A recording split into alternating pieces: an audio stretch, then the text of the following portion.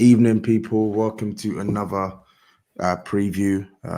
It's the Premier League fixture or the build up to the Premier League fixture between Leeds United versus Spurs tomorrow. I'm joined here by the main man, Kagey. How you doing, man? You right? Yeah, man, it's been a tough week. It's been a Rhetorical tough week. question. But yeah, listen, you've got it in the title of who's worse. But trust me, I'd rather be in your position than ours. It's not fun down here. I'm telling you, it is Yeah, no fun. I'm telling you. So yeah, be grateful you're in some kind of European race because this race, it's not enjoyable. boy. Boy, if you want to call it a race, then boy, we'll talk about both races tomorrow anyway. But thank you folks for tuning in. Apologies for the lateness as well. I literally dozed off. I closed my eyes for 1 second and bang. Before you know it's 15 minutes in. But anyway, thanks for tuning in. Um, Shout already early doors. He's saying both clubs in the mud. Uh, Bruv, I think that's the understatement of the year, really. Um, but yeah, let's just get straight into it then, because we can't escape facts, and the facts are on the form table. When you look at the last five Premier League fixtures, Leeds and Spurs would be probably in the bottom, maybe five or six teams Yeah, form wise. So yeah, what both of us, four losses in our last five games. Of course, you picking up a point against Aston Villa away.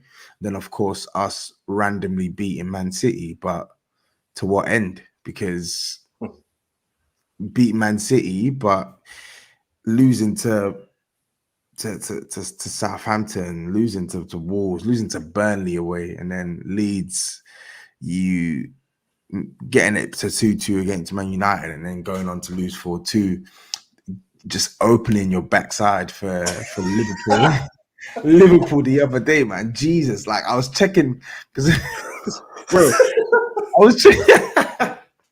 Bro, I was literally because obviously I was at the Burnley game. I had my phone, so I was checking the scores because I had money on the games, in it. And I was mm, just said, I was so shocked when I saw 6-0 to Liverpool, because it was 3-0 at half time, and I thought, okay, cool, yeah, they're just gonna keep Liverpool at bay here, this, that, the other. And then bang, I see six. But enough of me talking. Before I get on Spurs, Leeds, bro, yeah. tell me what is going wrong, and in your opinion, which manager is under pressure the most? Well, oh man, that's a tough one. I mean, well, listen, we're going to touch on Leeds, but Kante did come out today and say, for everyone that thought that he might quit, that he's more committed than ever following talks with Daniel Levy. So I don't know if you missed that while you were sleeping, but that has happened today. Yeah, I saw that. Uh, yeah, yeah. So Bielsa's definitely under pressure because even now, and I'll say this because on my last review I did, there was much more people ready to see this guy go, and I've never seen it like that before ever. I saw. Yeah, So when you're talking about just the fans in general, and I'm one of them, I love the guy for what he's done, but you have to adapt, and he hasn't done that, and he's stubborn, and it's something that I got my head around like a week ago when I've said, because people have asked me before, am I Bielsa in or out? And I said, if he can adapt in the summer and buy some new players and this and that, then I would happily see him stay. But then you think about it, he's a very old man, and you have to think in general for old people, how especially men, how often are they going to change their thought process? yeah. It's not likely. So for me, I do want a clean slate in the summer. But when you're talking about the players that we've got now, I think he's the best person for them because as bad as they are now, another coach comes in and changes their methods. You're talking about players that were consistently middling championship players. Exactly. So it's a very risky thing to move him now. But on the flip side, would a new manager not play some of these players that he keeps on rolling out? Who knows? But right now, we've got to stick with what we've got. That was the gamble that we made at the start of the season. It's the gamble we made in January when we didn't add anybody. And that's why we are where we are right now. Do you? I think it's a great show of loyalty from the Leeds hierarchy to Bielsa. But um, do you believe that he will steer you away from like the threat of relegation this season? it's tough right now to answer that, Toes, because I just can't see where the next 3 points are coming from. And we're talking about we've got Norwich in a few weeks. And when you're thinking, can we beat Norwich at home? You've got issues. Yeah, That's problematic because the thing is that there's been a lot of Leeds fans with their heads in the sand this season in terms of just how good we are compared to the bottom teams. But we are one of those bottom teams, and I think, and I do think the Liverpool game, although no one was expecting us to win it, was like a wake up call in thinking, Jesus Christ, we are bad. And then when you couple that with Burnley beating you, and with them with 2 games in hand, it just made a lot of people finally open their eyes and see we are in the midst of a relegation fight. Yeah, and I think that's the realization that maybe even opposition fans like myself just needed to see as well as your fans.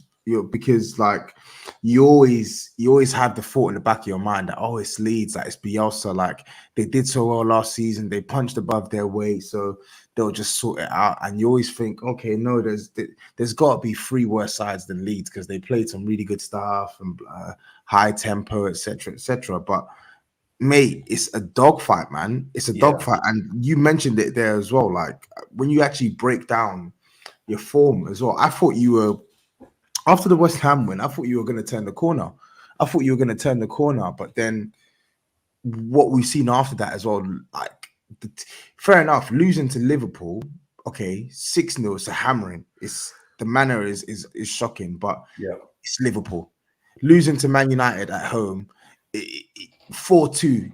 It's not good when you're 2-2 when you pulled it back to 2-2 and you've had the chance to go ahead.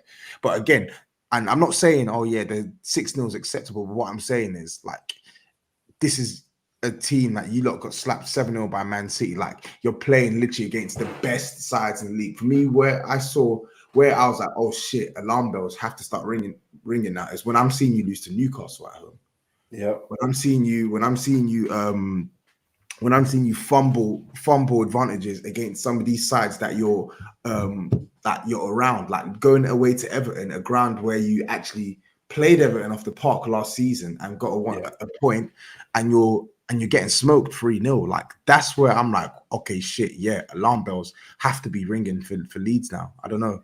Yeah, but Toby, you mentioned being not acceptable, but understandable that we lose 7-0 to Man City, lose 6-0 to Liverpool. It's not though. It depends on how you lose the games. But when you're seeing the man marking system go on against these teams, it's criminal. Joel Matip this season in both games has probably dribbled up to our box about 15 times. That's from centre back. Paul Pogba in that game against Man United the other day made Forshaw look like a little baby. You can't go man for man in these kind of games. And this is the problem. And I mean, there are so many issues with what's going on. And you mentioned the Newcastle game at home, Everton away. We can even go back to Brentford at home where they didn't even have Ivan Toney, and we celebrated a 2-2 draw like we'd won the cup. And then, and in that game, Bamford re-injures his hamstring. I remember. There's so many things going on at this club, and I think that you mentioned doing well last season. It didn't do us any favors finishing 9th. It really didn't, because it made the board think that we can go again with this same group of players. And there is a big family vibe. This is something I've said all season long. There's a big family vibe at this club where there's no competition for places because we don't want to upset anybody. We've got Meslier in goal, brilliant young goalkeeper, but the kid needs a break. Like, he's really out of form. And he doesn't even have a backup goalkeeper, an experienced backup goalkeeper to come in for a couple games and just say, you know what, I've got this for a couple games, rest and go again. So we're just relying on a 21-year-old goalkeeper. No backup from Bamford, who's been out forever, and he's going to probably be out for the rest of the season. And Calvin Phillips. Calvin Phillips has been out. No replacement for Calvin Phillips. That's crazy to me. It's all mad. The squad is too light. And the problem is as well, Bielsa, he says he likes to work with a small squad, but he doesn't use the full ability of the small squad. So what's the point in it? Yeah, and honestly, like I was saying this on Joe's channel yesterday, I think you saying it just reaffirms my belief that, like, you I think that because you overachieved with the squad that you had last year, it's sort of made your hierarchy feel a bit more comfortable that Yeah.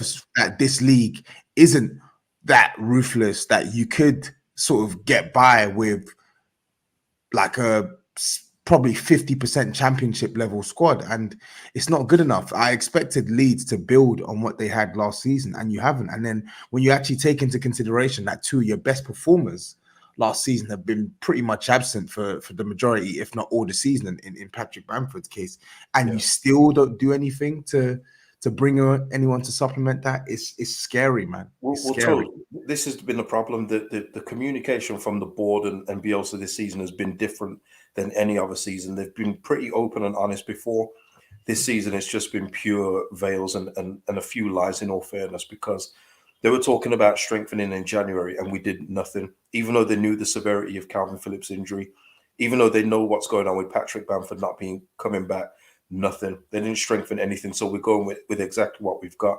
Even though we saw their faces in some of those games before Christmas, where all the board looked concerned, like, what the hell's going on here? But yet they still did nothing. They wanted to get some players in, but Bielsa said no. For me, I've said it loads of times. I would have gone over his head and you deal with the consequences there, because at least you've got those bodies in. But no, we're sticking with Mateus Klick. I mean, I don't want to go in on individuals, but we're sticking with what we've got. Yeah. And it isn't good enough. It hasn't been good enough, because I said at the start of the season, I said during the summer, thank you for all you've done, guys, but it's time to move a few of you on. And yet they're still here. And the comfortability of the squad is also shown with the players on social media, because we had Mateus Klick in the middle of January say, I'm not going anywhere. It's like, who are you to say you're not going anywhere when you're not even playing well? You know what I mean? And it could have been a joke. It could have been a joke. I get it. But you shouldn't be joking like that in the position we're in and saying you're not going anywhere, like you're indispensable to the club. But that's the vibe that is here at the club. It's just all comfortable. Yeah. Listen, mate, trust me, I know all too well about players that overstay their welcome and have that comfortability. And I look at Leeds, and I can draw similarities to Spurs, because of course, it's on a better scale. We're not fighting relegation. Fair enough. We're not fighting relegation, but I just take solace in the fact that our issues are somewhat similar.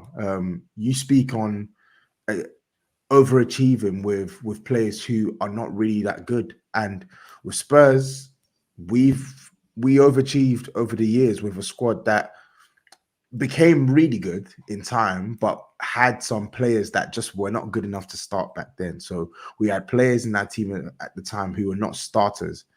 Those players are now starting at Spurs. Yeah. Those players are now starting at Spurs, and we're not getting any better. Results aren't getting any better. In fact, it's the opposite. Results are getting worse and worse and worse and worse. And like your board, our board have a familiarity with these players and find it difficult to move players on when they need to be moved on, and most importantly, bring in the right level of quality into the team. We've gone from a side who didn't invest enough when Pochettino was here to now becoming a side who are in this halfway house where we are starting to spend more money, but the spending is on players that are worse than the players that we're trying to get rid of. You see what I mean? You see what kind of cruel fate this is. We were promised positive spending when we moved into the stadium, and that's what's happened. We spent big. When you look at it over the pot, I say big relative to what we spent in the past. We've been top 6, top 7 spenders in the league when you combine how much we spent over the last 3 seasons. But when you actually look at the players that have come in, how many can you genuinely say are good enough for Spurs? How many? Yeah. Not many. Yeah. And that's the problem. Yeah. I mean, you know, I've said this to you before, and I stand by it, too, because I know you didn't like Jose Mourinho, but Jose was right, and Harry Kane was right as well.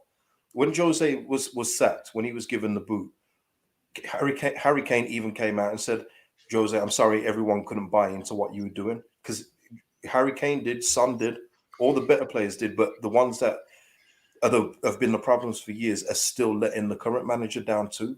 So I know you didn't like Jose, and for good reason, I guess. You know, Jose is a legend to me.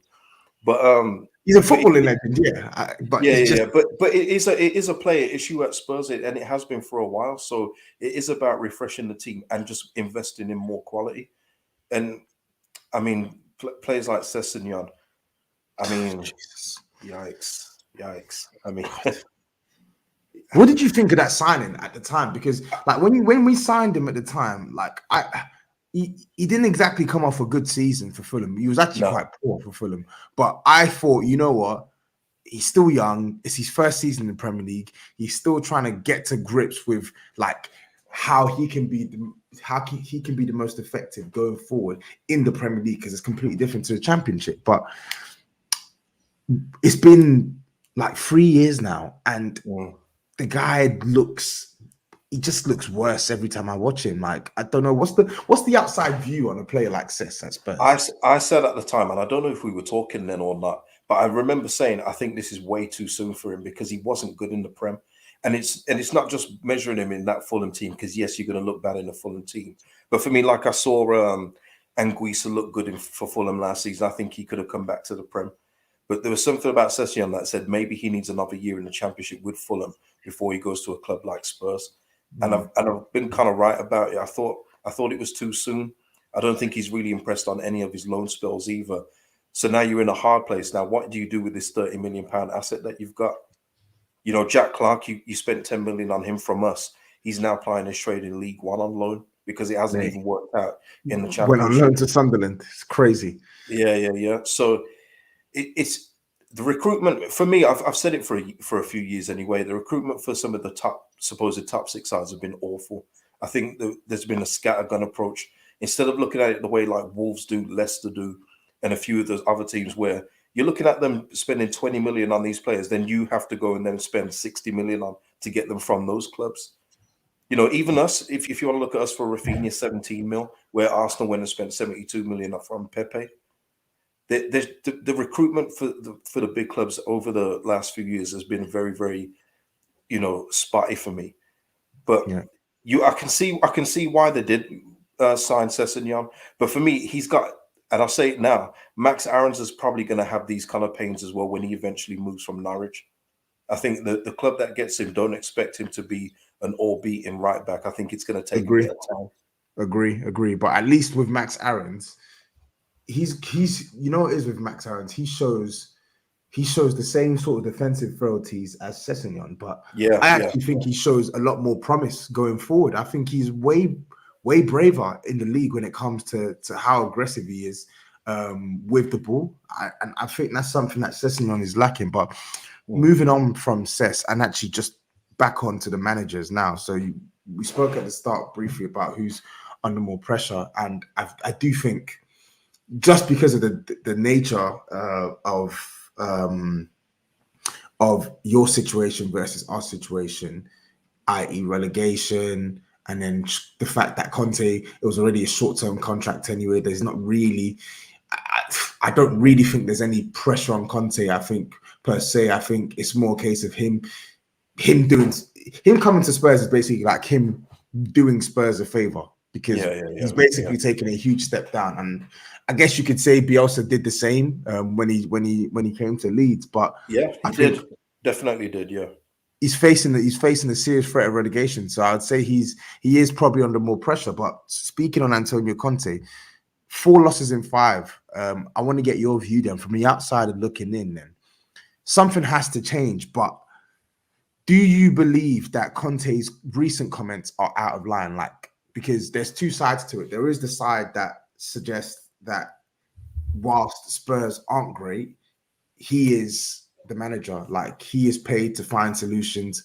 and 4 losses in 5, no matter however you spin it, it's not good enough. And then there's the other side, which is Spurs have been on a downward trajectory for years. We finished 7th last year, finished 6th the year before. The squad hasn't really made the necessary improvements that we needed last summer and in January. Which side do you stand in terms of Antonio Conte's performance at Spurs? Yeah, no, listen, I've got no issue with what Kante said the other day. I said it last night on a show. I like when people that are winners talk like winners, and that's exactly what he's doing. He wants things to get to his standard. And I think it was a shock for him of seeing you guys pull off an absolutely brilliant result against Man City and then go to a team like Burnley and then not even score a goal. I think it's a shock to his system. He's always said that he's known about Tottenham, about the things that will never change, the players haven't changed and all that stuff. Yeah. But it's when you're in it, it's like, what the hell have I got here? And I think that's all it was for him. And that's why I think he's come out and said today, my relationship is stronger than ever. I've got no issue with what he's saying, but your board have to back him in the summer, because if not, he is gonna walk out. I don't think he's gonna walk out mid-season. I just don't. But I think that if he goes to the board and say, listen, I need this right back, I need this left back or whatever else he requires, and they say no, I think you might have to say bye-bye to him. Yeah. Just give him the tools. It's not always about being a checkbook manager. You're a manager that's successful for reasons, and it's not like he's been a big spender. Ashley Young wasn't expensive. Victor Moses wasn't expensive, but look what he can do. If he sees that in that player's talent ID, give it to him. Yeah, I think. Listen, I agree. I totally agree. I look at a game like Burnley, and listen, I don't blame our fans for wanting more from Kante. Like, any manager losing 4 in their last 5 games, like there will be scrutiny. There has to be scrutiny. Yeah, of course. Ultimately, they have to take some responsibility. But I also can't help but actually see what I'm watching. I'm looking at what I'm watching, and when there's games to criticize Kante, he's been criticized. You saw how we got overran the Southampton and Wolves. Yeah, you saw some of his weird substitutions in some of those games. You saw even in the second half the way we completely lost control of Chelsea. Took too long taking off Tanganga, even though he was booked in the first half. Things like that, where he's made mistakes. He's not infallible, but I look at the Burnley game and I can literally cut and paste that game probably about 10, 15, 20 times over the past 3 years, where we've dominated possession, we've grew into the game, we've been able to work the ball into decent enough positions, and then just that final bit of quality to either play with the ball through central areas or play it out wide has just been lacking. Yeah. Sessegnon attempted like 5 crosses against Burnley, only 1 successful. I don't even know how many dribbles he attempted, probably not any. The same with Emerson on the right-hand side as well. Like, I was doing some research this morning, and I think this guy's had to substitute a wing back in almost all of our matches. Wins or loses. Like, I think he's managed around like 20 or 21 games. And in those 20, 21 games, he's subbed off one or both of our fullbacks or wing backs, whatever you want to call them, in around like 17 or 18 of them. And again, I need to check to see what his substitution patterns were like for Inter Milan. But just off memory, watching Chelsea in the Premier League, I don't remember many games where he was substituting Alonso in his first season in the Premier League. I don't remember all these games where he was substituting Victor Moses in the Premier League as well. And obviously, of course, they were playing 1 game a season, but now we're playing 1 game a season as well. Okay, maybe not right now because we've got the FA Cup and stuff like that, and we're having to play games in hand. But I just look at a side that are just bereft of quality, and he's trying to set us up the way he knows best, but his way isn't working. And I think our fans want him to change how he sets us up. And I would be all for that. I would be all for change. I'm not opposed to any change whatsoever, but I don't believe that a change will get a better tune out of these players. All of that last bit you've just said what Leeds fans are saying about Bielsa. You've just literally just took all of that and you can apply that to Leeds United fans. Not sure why he keeps setting the team up the way he does. Substitutes, weird substitutions that he makes. Want him to play a certain way, a different way, just to see if something else works. You've just mentioned everything that's applicable to Leeds United too.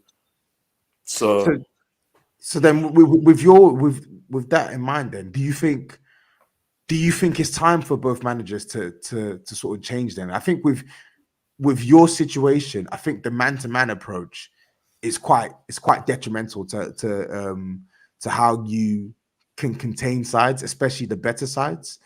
But with Spurs, do you see Spurs becoming a better side, for instance, if we were to switch to a back four, if we were to sort of switch to a 4-2-3-1, if we weren't to sort of make so much of an emphasis on our fullbacks or wingbacks and switch it centrally? Because I'm not sure, because it as much as you say about the wingbacks being weak, your central midfield isn't very good creative going forward either. So this is it. It's which one do you think is the strongest at this current moment in time?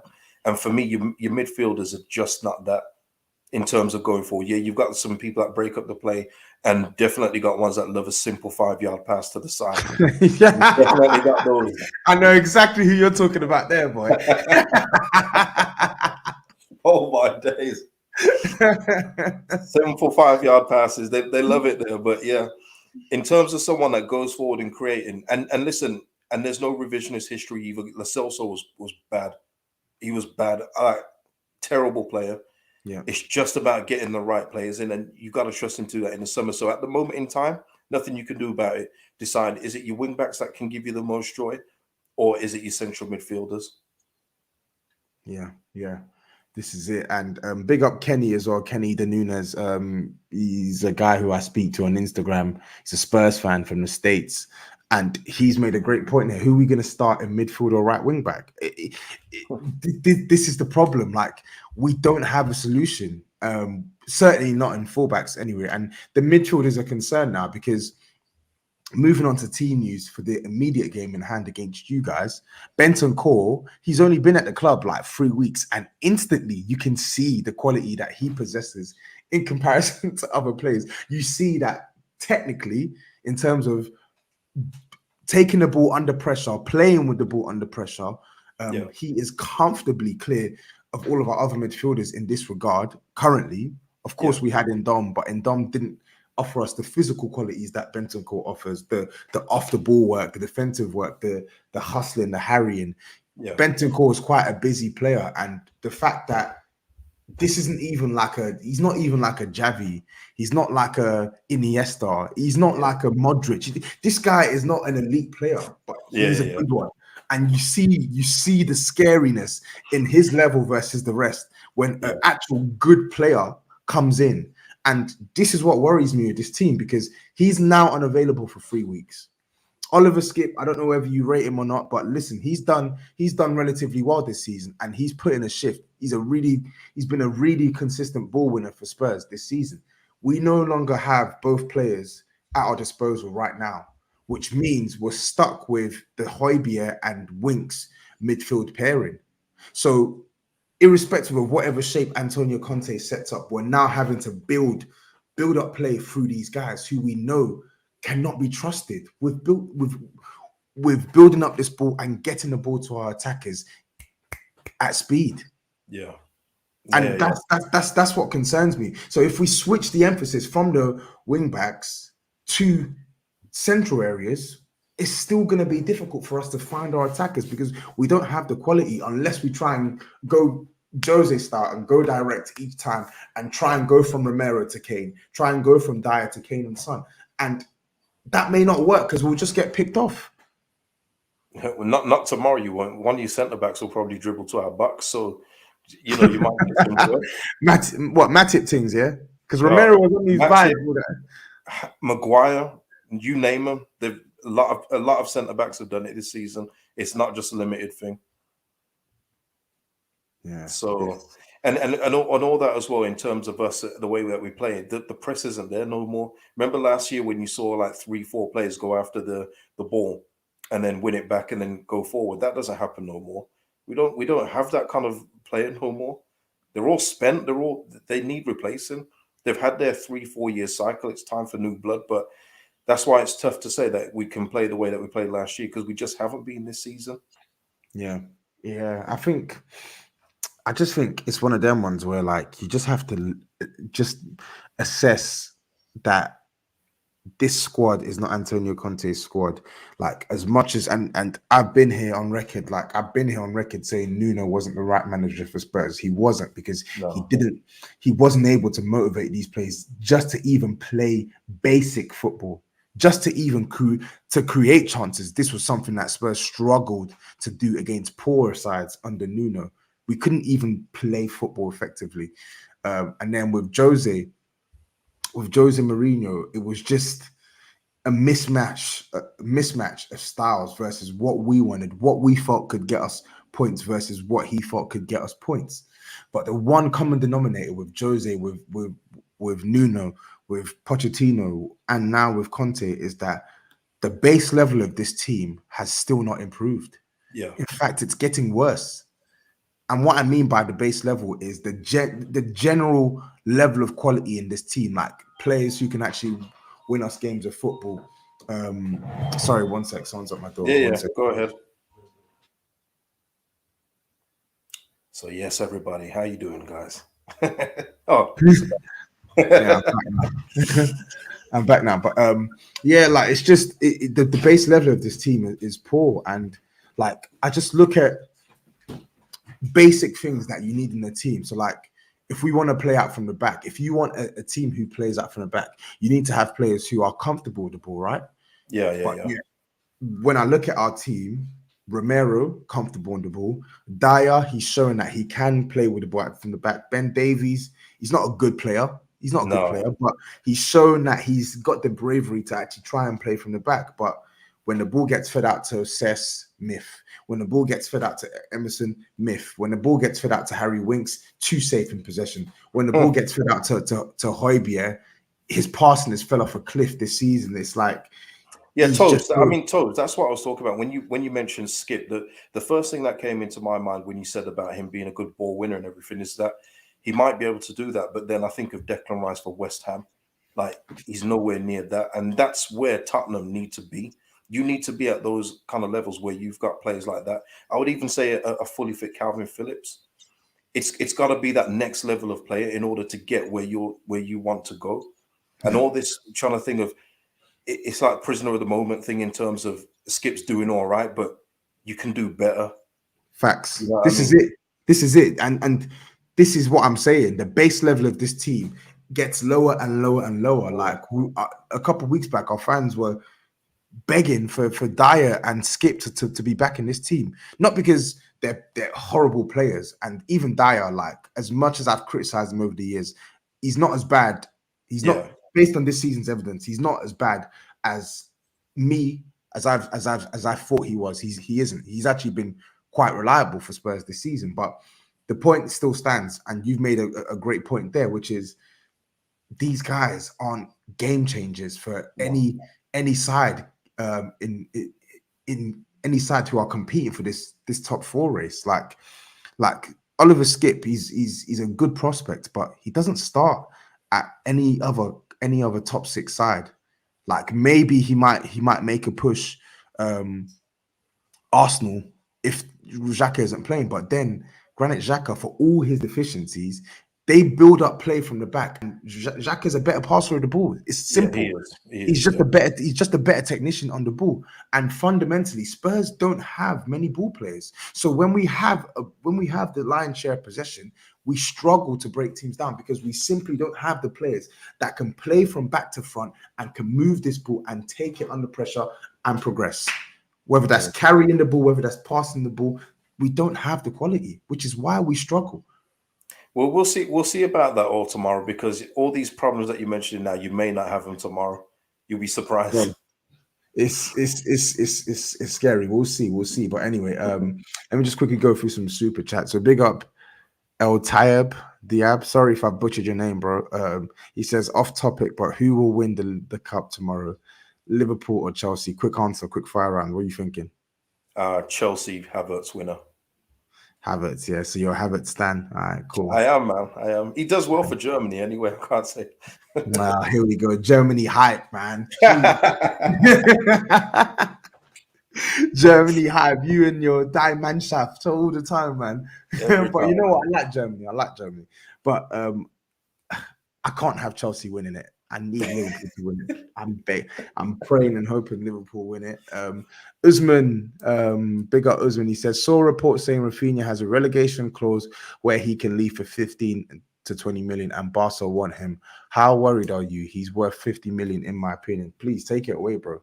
Yeah, I mean that report hasn't been confirmed by anybody else. It's just literally come from one person. So I would lean towards that not being true, but I do think he's going to be gone in the summer. I did hope. I mean, me and Tobes have talked about this before. I did hold out hope that if we were making the right moves, that we could convince him for another year. No chance. And I think that his poor form recently is a culmination of the bad January we had in terms of no players coming in. I think it's affected him. He literally got off of playing with Brazil and came back to the same team.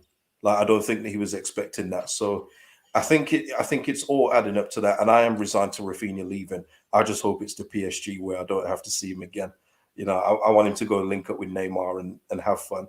But yeah, I don't think that relegation release clause thing is true. But yeah, we will be losing Rafinha in the summer. Yeah. It's I think it's peaked there. It's peaked there. I think it looks like the writing is on the wall. I think it looks like Yeah. he will be gone. I was actually discussing this, so there's some content that's going to be coming out soon with Robbie and the guys, and Rafinha's name came up with Newcastle, and I was having to argue against three guys that Rafinha has Newcastle have no chance of signing Rafinha this summer.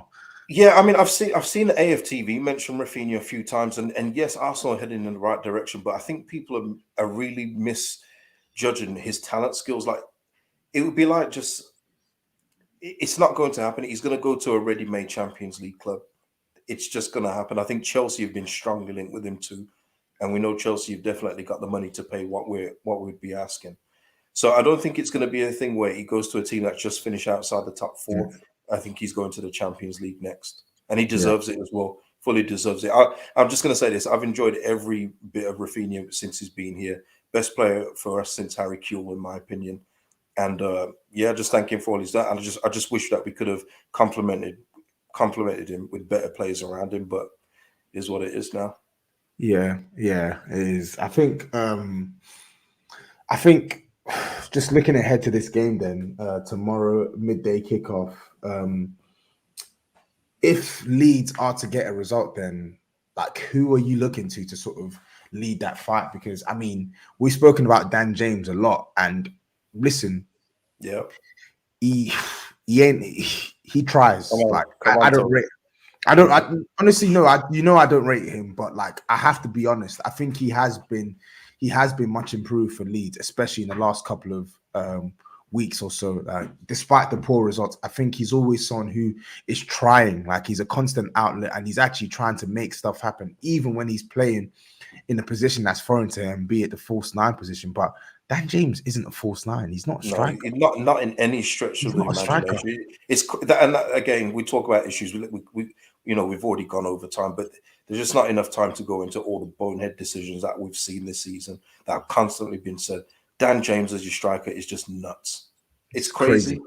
Yeah, it's absolutely crazy. But yeah, tomorrow then, who are you looking to sort of be the difference for you? I know you said that you can't really see where Leeds are going to get their next win from, but if you were to win tomorrow, who do you believe have to be the key men that turn up? Because that's what I need to know, because I think it's all good and well you saying you can't see where the next win's coming from, but one thing you got to understand about Spurs is Spurs will find a way to give teams some new confidence. I'm telling you, bro. I'm telling you. Tobes, you talk about that, but listen, Manchester United hadn't scored a set-piece goal since they played us. They got it. Maguire hadn't scored a goal all season. He got it. Sancho hadn't got a Premier League assist. He got it. All in that one game. Please, we are the kings of giving people what they don't want. We give out gifts. But you're asking me where threats come from. Obviously, Rafinha, that goes without saying. If he's on it, then he'll be one to look out for. Dan James, you mentioned him. He's even on your photo, which I was very proud of you for putting him on there.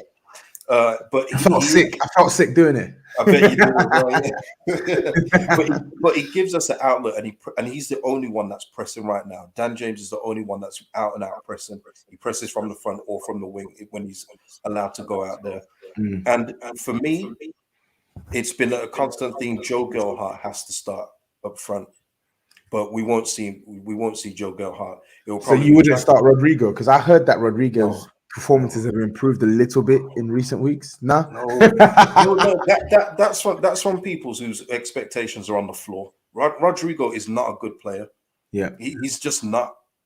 I And agree. and he was another one that I was more than happy to see leave in January if you could get a decent fee for him, because as the years go on and his age increases, it's going to be harder to shift him on. It just hasn't worked out. It's not like he's a bad player overall. It's just that the Premier League isn't for him.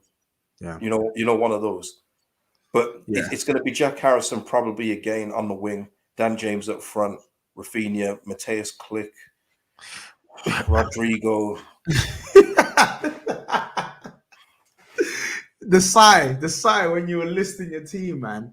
Oh my god, You know when it gets to that point though, Toes, where you just don't want to see players play for your team no more, and you roll your eyes every time you see them. I'm there with a few of these players now. Yeah, same. You know what I mean? Trust me. You just Trust see me, me. I know Like, exactly what you mean. I know exactly what you mean. I know exactly what you mean. Big up Kenny again for another super chat. He says Jose used the back four tactic when Davies or I don't know, Hangin.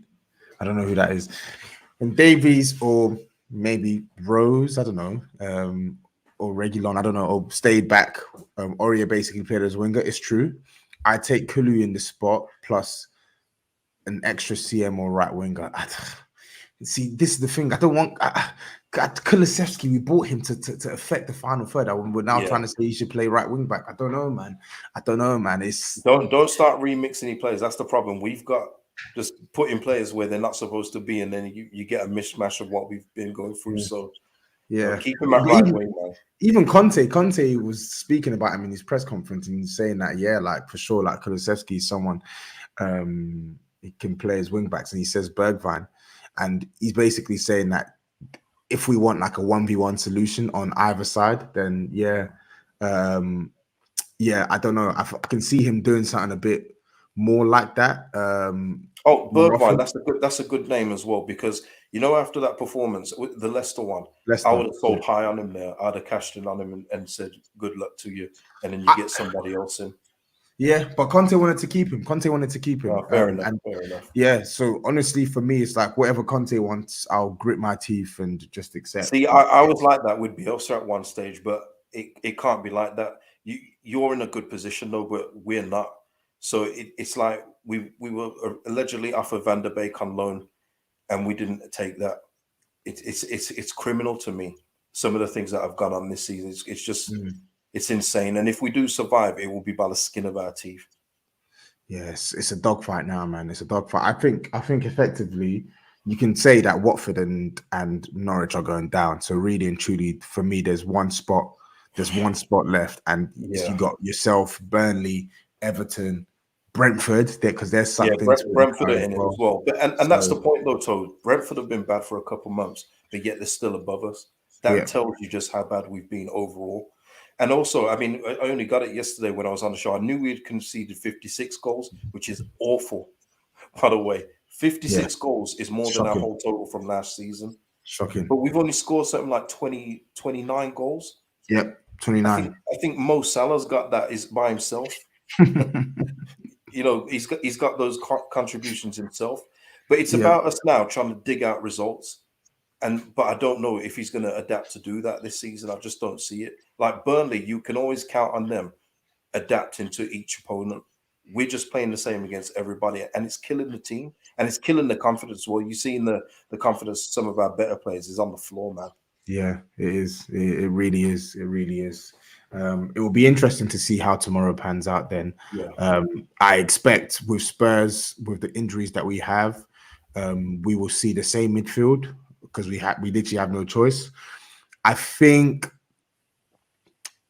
maybe he might try a little something different with the wing backs, just after seeing yet another impotent performance against Burnley. I think he might make probably one or two changes. I think maybe Reguilon might come back in, or he might actually start the game with one of Kulusevski or Bergwijn in the wing back position. I think the attack will stay the same because there are best three attackers.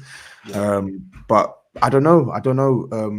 Well, Toes, one thing I will say is that every manager is aware of Leeds United and just the way that it looks like we play like school kids on a park. Everyone sees it. They won't say it in public. They'll always say, "Oh yeah, Leeds play this exciting way" and everything else like that. But really, inside, they're saying we're going to absolutely hammer the spaces that these guys leave open. And Kante is a genius. He's going to work that out too. So whatever he's going to put out there, he's obviously put the thought into it to see where he's going to exploit spaces against us. Yeah. We'll see anyway, man. You're speaking about goals. Listen, we're on minus. We're on we're also on a negative goal difference in February. We're trying to fight for top four, and we're on a negative goal difference. But basically, towards the end of February, we've only scored two more goals than you this season, and that's with Kane, that's with Son, and so on and so forth. But what's the point having fantastic attackers when you don't really have a team behind those attackers that can help fashion a lot of chances for these guys? What's the point? What is the point? It's a scary situation to be in. But anyway, yeah, tomorrow the title speaks for itself. Who's the biggest struggler out of the two sides? And I really want to say that, yeah, it's gonna be Leeds, etc., etc. But I don't trust Spurs. I don't trust this team. I really don't. You know, when the thing is, you're saying Tobes. You're probably thinking Tobes. How can you say that? But like, every time I think Spurs can't sink any lower, they do. seriously. And this isn't even me being negative now. This is just reality. Like, I'm literally just living what it's like to be a Spurs fan right now, because it's all or nothing. It's literally all or nothing. There's no middle ground. And that's the scary thing heading into this fixture. Wesley says Winks is inevitable. Just go for some 5-yard pass, yeah, man. just go for some more super chats. We got awesome. He says Tottenham are so Spursy. There you go, Spursy. Disappointing. Conte won the Diaz and the Dharma, but got Bentancur, Kulusevski, and Enoch don't want. I don't know what a football club, but they want him into entertainment club instead, mate. Listen, Kulusevski and Bentancur, good players, but again, we all knew that we needed them two plus more. That didn't happen. AB15 says Conte going off indirectly took all the power out of Levy's hand. He's getting back to the summer now 100% after that ordeal. Man's playing chess. Yeah, we can only hope and pray. Spot on. Yeah, we can only hope and pray. But yeah, KJ, I'm gonna let you leave. I'm going to end it shortly, but before I end it, I wanted to get your predictions on the game. What do you think the score is going to be tomorrow? This is a game where I do think that we could get something. It wouldn't surprise me if we did, and I would snap your hand off for a draw right now. I really would, but I can't go against with what I keep seeing, and that's 3-1 to Spurs. 3-1. Yeah, I think it's going to be 3-1. I think, yeah, you made a point there. I was going to go for a draw, but I think just because of how bad you're playing, I think this. I was saying it to Joe yesterday. I think this could be our version of the game you lot had with Norwich earlier on this season when you were getting flogged left, right, and center, and you just needed to play one of the worst sides in the league and just get 3 points. It's not going to be a convincing performance from Spurs, in my opinion, but hopefully we'll have enough to go through. So I'm going to go 2-1 Spurs. I think Spurs will edge it 2-1. I think we'll edge it 2-1. Yeah, I can't argue with that. We do have a couple of our centre backs back, which is good because Luke Ayling as centre back. I mean, Luke Ayling shouldn't be in the team at all. That's another story. Oh, he's been awful this season. He's terrible. Now he's been terrible. The thing is, I could see that coming this season though. But it's like no one else is looking forward. They all just thinking, "Oh, we finished ninth. Let's go again, lads." But you could tell that the second year in the Premier League was going to be too much for him, and it has been. It's been a struggle for Luke Ayling this season, but he'll probably be back at right back, and maybe Robin Koch and Llorente back at centre back. That's our best bet at the minute. Or but even Pascal Struijk, who for me is our best defender, his confidence is on the ground right now. Yeah, he needs a bit of time out of the team, so I would put the two experienced guys in there tomorrow, but we'll see how he lines up. Because you just, and as someone said, Click is dusted. He's being dusted. the guy cannot shoot. And you know what? I thought it was. And he always shoots. He shoots like a toddler, man. He shoots like a baby in the park. Like there's no power on the shots at all. And when he does put power on it, it goes into the stands. he should not be here. And he's one where I just roll my eyes to, like, you should have been gone. You know what I mean? But listen, we are where we are. But yeah, click is dusted. You're right, Reggie, man. Yeah. Are you going to the game tomorrow? No. Okay, fair. Well, thank you for hopping on, man. Guys, there's 278 of you here, man. Kagey's channel is tagged in his name in the title. All you need to do is just click that name and just hit the subscribe button if you're not subscribed already. He's got some really good content, man. I wanted to say as well, man, I've been saying it in the comments and indirectly, but congrats on the growth, man. I'm literally seeing every single time I'm joining on your streams, there's so many people there, like it's literally busy. I think you got like quite a good cult following now with the Leeds fans, and I think what I'm seeing as well is I'm seeing more opposition fan comments in your chat as well. So yeah, people are tuning in for your pain. Welcome to the big time, man. I don't know if you saw it on my Insta stories, but I clipped one of them because somebody said, "Oh, brother, change teams. I just come to watch your pain." Yeah. Yeah, man. Yeah. It's but honestly, though, I would swap all of this out for some wins. I honestly would, because you know as well as I do, setting this whole thing up is a chore itself anyway. And when you're coming on just to talk about your team getting constantly battered, it's draining, man. It's so draining. But yeah, man, I appreciate it, man. I just try and keep going as much as I can. The support on the channel has been mad over the past couple of months, and long may it continue. I just want to keep the thing growing. So yeah, thank you, man. No problem, man. And yeah, folks, you know what to do. As I said, like, share, subscribe for Kagey's channel, for my channel. Look out for his post-match reaction. I'm sure you're going to be doing one tomorrow straight after the game as well. Yeah. So we'll be back soon. But honestly, folks, thank you for tuning in. It's been a pleasure. Take care, peace out, and I hope you lot all have a good weekend. And if you want to watch the Big Six, if you want to see me roasted, whatever, tune in tonight because it's going to be Tobes. Keep your head, because you lost it the other week. Oh my, you were so gone, Tobes. Like, I know. I need to. I keep saying to myself all the time, I need to keep my head. But tonight, I'm just going to take my abuse and just not fight. The thing is, you say this all the time, and it wasn't even Steve. It was Hugh, the one that got you. Yeah, you know what it was? It's the Doherty one. I just switched. I said, what? It's just you know, for Ireland is the same as playing. I was like, oh, come back, man, come back. I'll fix up. But thank you for hopping on, and folks, thank you for tuning in, man. Thank you for the support. Have a good weekend, folks, and we'll be back on the channel on Sunday. Take care and peace out.